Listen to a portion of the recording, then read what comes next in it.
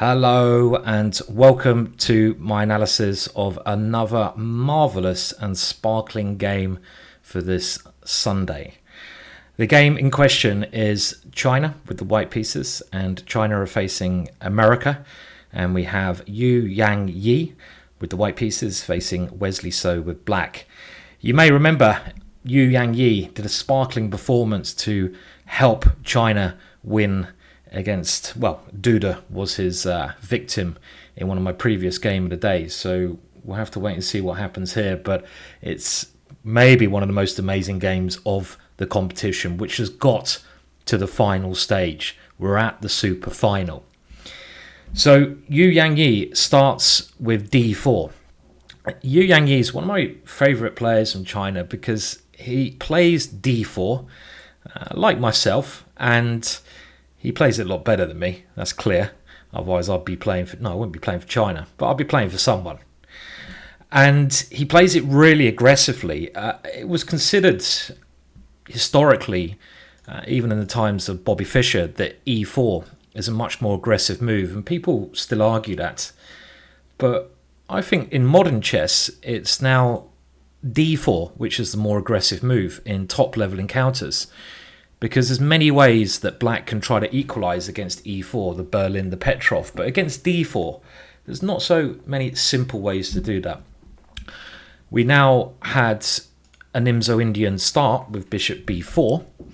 And remember, Yangyi played bishop d2, didn't he, against Duda? But in this position, he played knight to f3, which is another very flexible move, and a move that's been favoured by Garry Kasparov in his World Championship match against Karpov in Seville in the late 1980s. They battled this position many a time. But black, Wesley So, now decides to play d5, taking the game into what is called the Rogozin variation. And this can be found by other move orders. And this is the real trendy thing that a lot of players are playing now, top players and, even going down the ranks. White hasn't been able to really prove a way to get an advantage here. White used to try ideas of the bishop coming out here to pin, but black has found good answers to that. There's been ideas with the bishop coming to f4, pawn to g3, but an idea here, queen to b3, is certainly not one of the most common moves, but it makes a lot of sense. You're putting pressure on the bishop and you're trying to avoid the doubling of your pawns if black captures on c3. So now the main move is certainly c5, when black is going to try and take advantage of the queen being on the square. Maybe it's slightly exposed. I really like the way Yangyi plays this. This opening choice he does is bringing a bit of fresh air into this well-analysed system. Because he simply captures on c5. It's always very hard in these structures to know what pawns to capture and what structure you want to go to. I mean, this generally comes from experience and analysing games like this, looking at what the top players do when they win and copying it in your own games. And this is a good capture, because otherwise d4 is a little bit weak. And now knight to a6 is the main move. This knight is going to try and hassle the queen, as we mentioned at some point. Bishop takes c5 was now probably going to be met by like pawn takes pawn, and after black recaptures, this is what we call an isolated pawn. Isolated, which we all are at the moment with this blooming corona going around, but that pawn is like us, a little isolated guy with no friends, because it can't be backed up by another pawn. So I think white has the better pawn structure. But knight a6 is the main move, and now a rarer move than I've seen. Normally e3 is played here. But pawn takes d5 is a very simple approach, and this is a way I enjoy playing. If you can do a simple approach, let's do the simple approach. Just clarifying the centre. Black captures back with a knight. Had he captured back with a pawn, white has ideas of e4 with the intention of capturing the knight on a6, leaving this bishop in a precarious situation. So knight takes d5 is more forcing because it attacks and defends these pieces here. And now a novelty, so the first new move, c6. Very interesting idea. This is an idea, it reminds me of one of the most inventive players around, Morozevich from Russia. Morozevich, who prefers, I think, shogi now to chess, like Ivanchuk prefers Now, drafts to chess, maybe all these really imaginative players just need to get more games because their brain is... But Morozevich was a brilliant, fascinating player, and he played a similar idea. Giving back a pawn that's probably going to be captured anyway, and trying to do a little bit of damage to his opponent's pawn's structure. He's trying to make that pawn separate from its buddy on a7. Separated pawns are weaker because they can't gel together and defend each other. Now Queen a5 was played, and this is certainly an okay way to play, but the real problem we see that Wesley has in this game is this knight on a6. There's an old saying, we say in England, knights on the rim are dim. Knights on the rim of the board are very bad because they can't jump off the board, so they can't go that way. They have limited squares, so watch out for this knight. So bishop d2, black takes the pawn. White has to develop his last bishop, so g3. And I'm really not sure this next move, as logical as it seems, I don't like. I think here in the future, black will be playing a move like rook b8 here. And this is gaining a little bit of activity and forcing the queen to come to c2, which is no biggie for white. But at least now the knight on a6 can try to come into the game via c7 or c5 here, one of these highlighted squares. Black tries to make the pawn structure symmetrical. Well, he does make it symmetrical. But the issue is this knight on a6. It's really, really bad. After both sides castle, maybe he could have brought this back in now. This could have been one of the last opportunities. e5, played by Wesley So. And after queen c2, it might look equal, but it's just white who has this little bit of pressure, and this is what the top players look for. They look for kind of safe positions. White is incredibly safe, where there is something very sort of unnoticeable even that is wrong with their opponent's position. Here, this knight, it might not seem like a big issue, but these little things at this level make a major difference. Also, this bishop on g2 is very nicely placed, and white has a very compact structure. Black brings his queen now back to this square, and white plays a very good idea. Queen e4, attacking that pawn, and after it's defended, queen c4 check, and now bishop e3. Very, very clever play from Yangyi. This poor little guy now on a6, I expect Wesley was hoping to bring it back in the game via c5 and centralize it, can now not move. And this was a lovely queen maneuver, but the energy that Yangyi uses to convert this game is really special. It's something magical about to happen. Knight to b8 was played. You don't want to play a move like this. I mean, look at these pieces.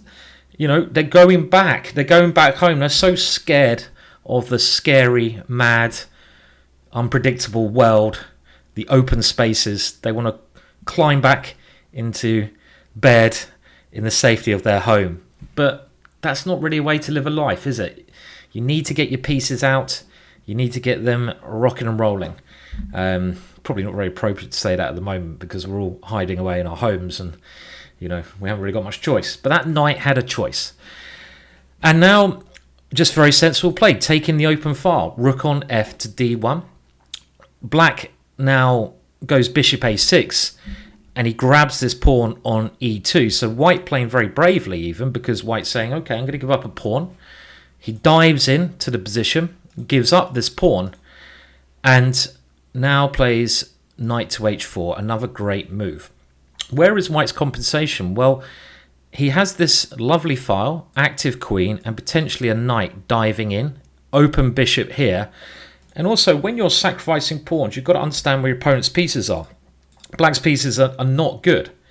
Bishop c8, and now in this position, f5, trying to make that knight look silly, and knight to f3. And I was looking at this originally, I thought, well, white probably doesn't have much compensation. And the more I looked at it, the more I realised if you try to find moves for black, it's very hard. Black doesn't have many natural moves, and that's what white is playing, this very high understanding of not what you're trying to do, but what you're trying to stop.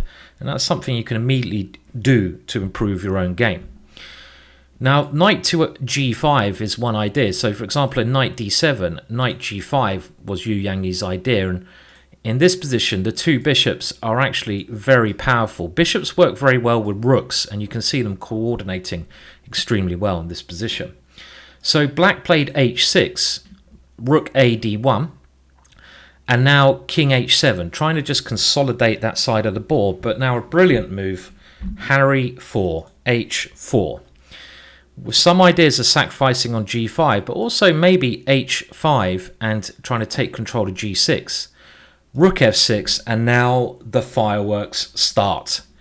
Knight g5 check. That's my firework emoji, or whatever you call it, trying to get down with the kids. Not really working, is it? And the idea of this is after pawn takes g5, pawn takes g5, this rook really has to move. Bishop e6, the queen just comes back now. And it's going to change angles over here with g6 coming, starting checkmate threats. And after rook g6, now a brilliant move. Can you see it? Bishop to d5. Wow. I mean, this is fantastic stuff, using the pin on the pawn.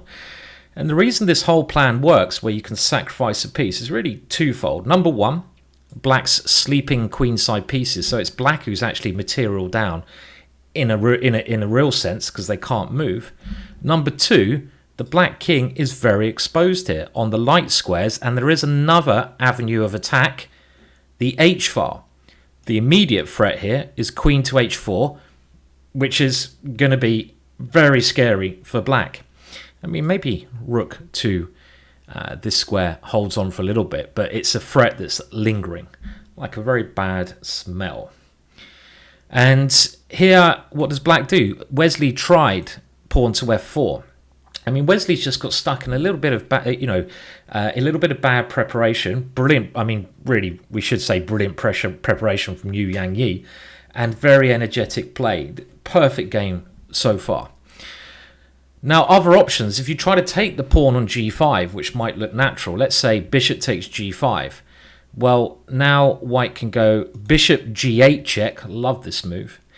And after king h8, simply take on g5.